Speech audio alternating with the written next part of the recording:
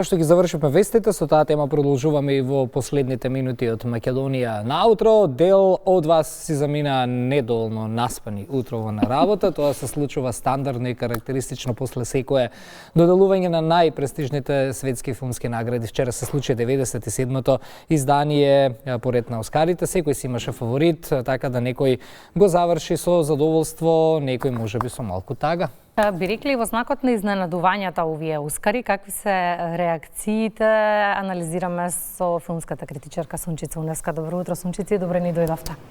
Фала на поканата, добро утро. Да не се грижиме многу за вас. Ве прашавме дали сте наспани, ни кажавте така и си функционирате, не е само поради Оскарите. По-креативни, по-инспиративни сте навечер. Помина многу малку време за да може да слегнат впечатоците, но со вас ќе се обидеме да сумираме се што видовме ноќва.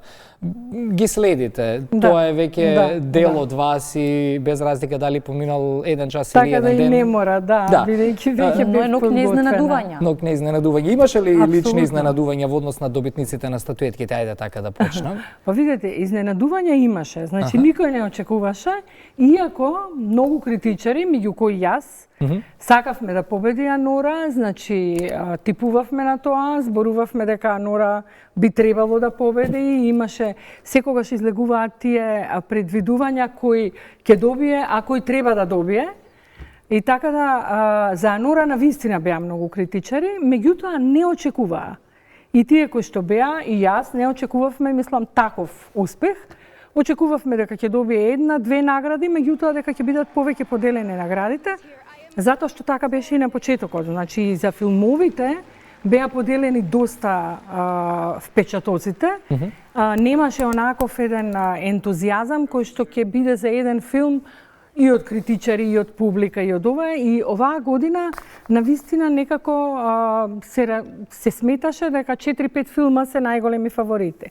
И Анора стварно излезе како после Кан, после Златната палма, се наметна, откако го гледа, мислам, тоа е навистина нешто феноменално и јас бев одушевена кога го видов, не очекував, затоа што стварно е многу смел, многу е добар, многу е интересен, од комедија, онака се претвора во, да не речам баш трагедија, но така води.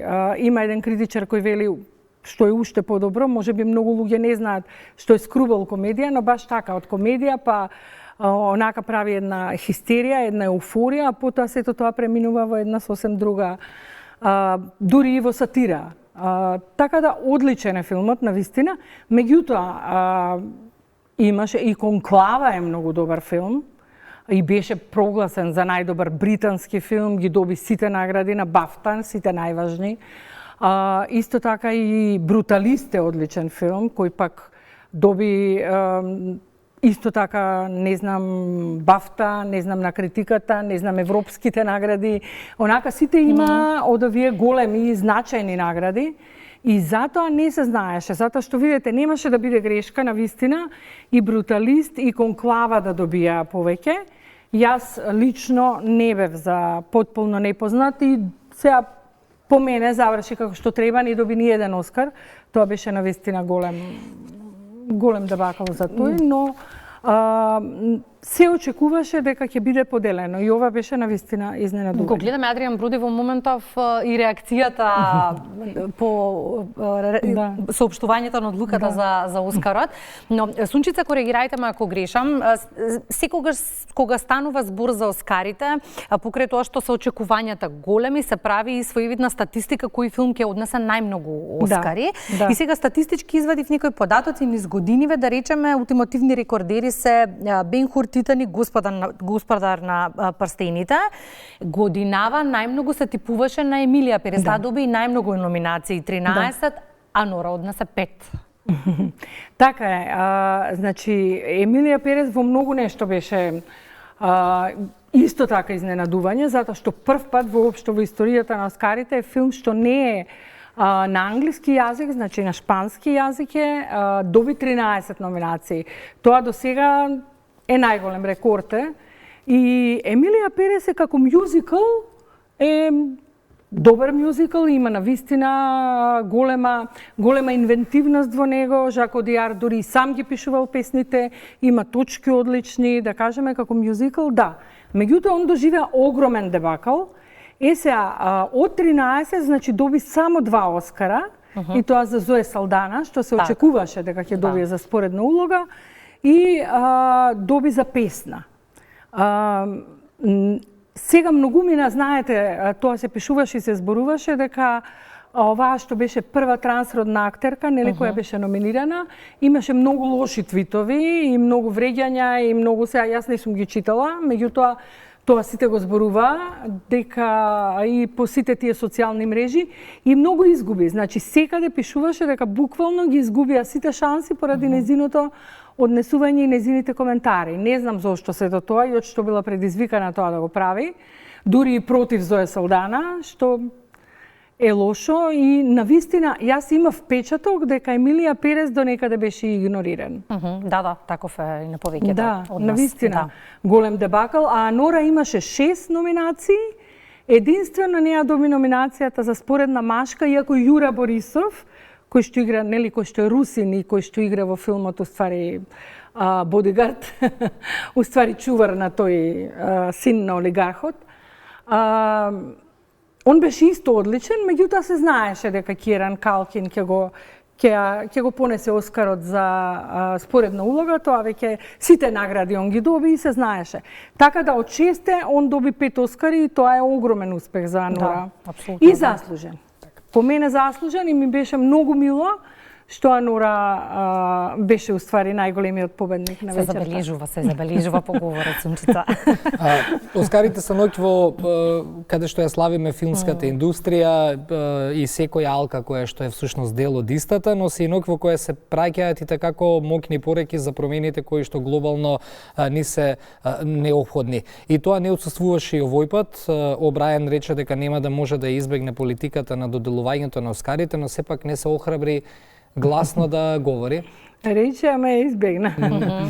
Оваа година навистина се внимаваше ли во Долби театарот поради новата политичка структура во Америка и влијаат ли случувањата во Белата куќа и директно во Долби театарот? Па предпоставувам, заради тоа што нели долго време ги следам Оскарите и порано беа, морам да кажам, стварно посмели.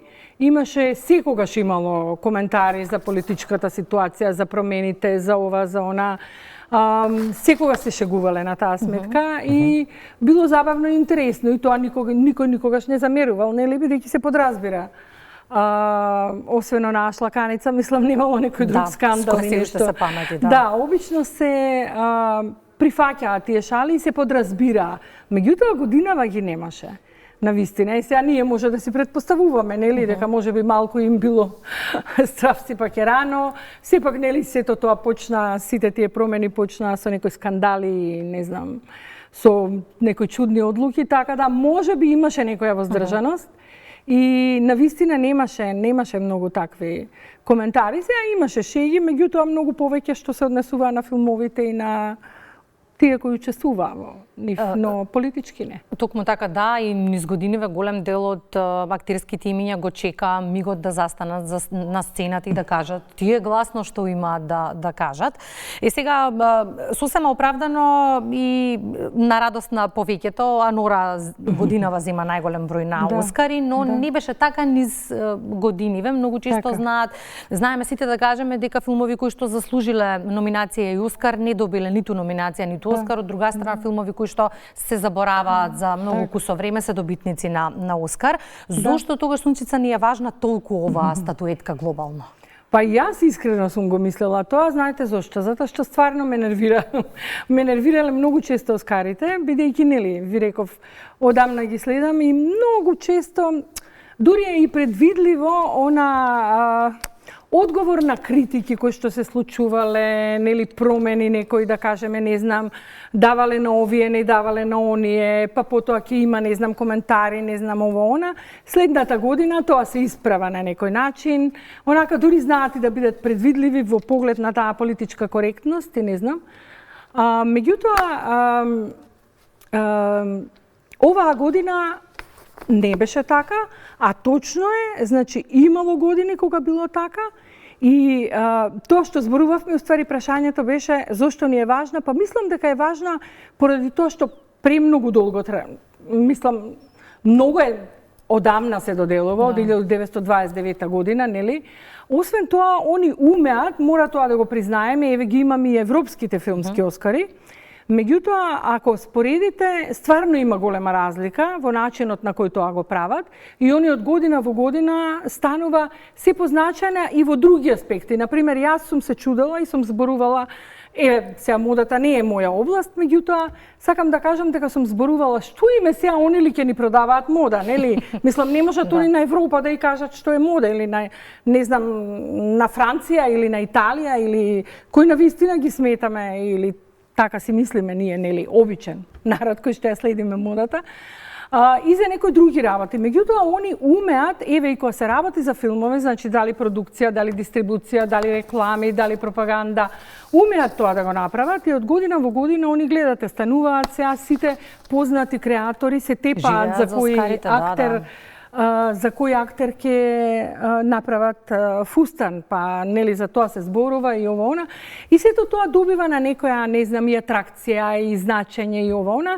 И освен тоа е влезено веќе во навика и ние новинарите, јас сум го правела тоа, иако ме нервирало. Значи да кажете, ово е Оскаровец или ово има добиено толку Оскари, бидејќи она веќе стана престижна. Едноставно тоа си го прави, ја мислам, времето, традицијата и нивниот начин они умеат да ја задржат, да го задржат тој некако тоа ниво и од година во година да го прават се поинтересен и да привлечат се поголемо внимание. Умеат. Еве ги европските филмски Оскари кој ги зборува? А колку време се доделуваат и се значајни и на вистина добри филмови победуваат и тоа и се во игра филмови кои добиваат многу добри оцени од критичари, меѓутоа никој не зборува за нив. Сепак треба да се знае како се прави. Европа има добар пиар на Евровизија, ете ни е музиката, Америка има добар пиар на Оскарите, ете ни го филмот. Најверојатно за да нема расправи. Непосредно пред Оскарите се вративте од 75-тото Берлинале, прилично задоволни, како што велите, тоа што можевте да го доживеете таму. Нови филмови, нови авторки со свежена и поинаков пристап. Така кажавте, што значи тоа? Да. Па за разлика, да ви кажам, од повеќето, заради тоа што сега зависно, некој мисли дека треба да гледа само главна програма, некој мора, затоа што кога работите во Дневен вестник и треба да следите главната програма, нели, и да напишете за наградите. Но јас во моментот не сум под таков притисок и имам можност, значи, да гледам она што ќе си одберам. Не мора да значи и најчесто главната програма е и најслаба и тоа години наназад, еве и во Кан и во Венеција, затоа што во главна не можете да ги одбиете, нели, некој што добил не знам колку награди, некои имиња кои што се многу значајни и ова она и влегуваат во главната програма. Меѓутоа, и излегува дека главната програма е најнеинтересна, онака ќе излезе по некој филм или нешто, не знам, или ќе внесат 20-тројца нови, ретко. Но во другите програми може да се најдат многу подобри филмови и јас тоа го правам сега, имам можност да бирам што сакам да гледам. И имаше добри филмови, морам да кажам, во другите програми, во Панорама, во Берлинале Спешал, во Форум и така да годинава така и ми се погоди, се што одбрав беа навистина добри и многу ми беше мило и дури има впечаток бидејќи и самата се изненадив после некои филмови кои ќе излезеше некоја млада девојка, онака ми се чини 25 години, неверојатно дека она го направила тој филм. Мислам, имав такви неколку стварно изненадувања и имаше добри авторки кои што се појавија стварно со некои нови, свежи идеи, со една поинаква храброст, поинаква, не знам, поинаков однос кон сето тоа, една таква смелост, едно такво уривање на граници и затоа и пишував за новите режисерки и многу ми е мило, а и мило ми е, иако немавме, значи како Македонија, нели, филм во главната програма, на маркетот доста добро помина нашиот Гоце Цветановски, кој беше пријавен таму на маркетот, потоа, да кажеме, Диџеј Ахмет, иако нашите не беа присутни таму, но исто така добро помина од страна на неговите копродуценти. Во официјалниот дел, во Берлинале Таленс, беше Тамара Ристовска, така да и тоа ми беше мило, па и за тоа пишував и Берлинале се на се помина добро. Ништо ќе оставиме да се одспиете. Сега ви недостасува сон, па се гледаме за убави теми во периодот кој што следува. Благодарам Сунчица за анализата во Македонија наутро.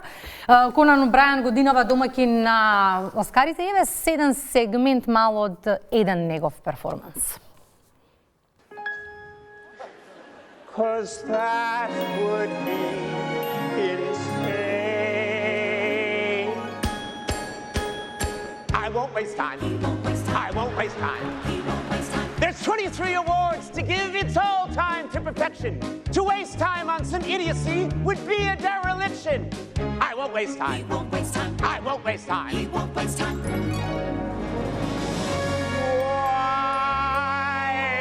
would I waste time?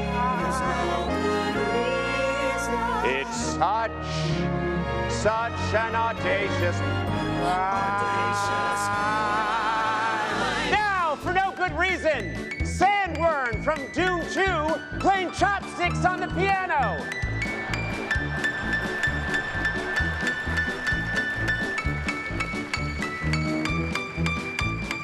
Hey, check it out! Someone who's not even nominated, Dancing Deadpool!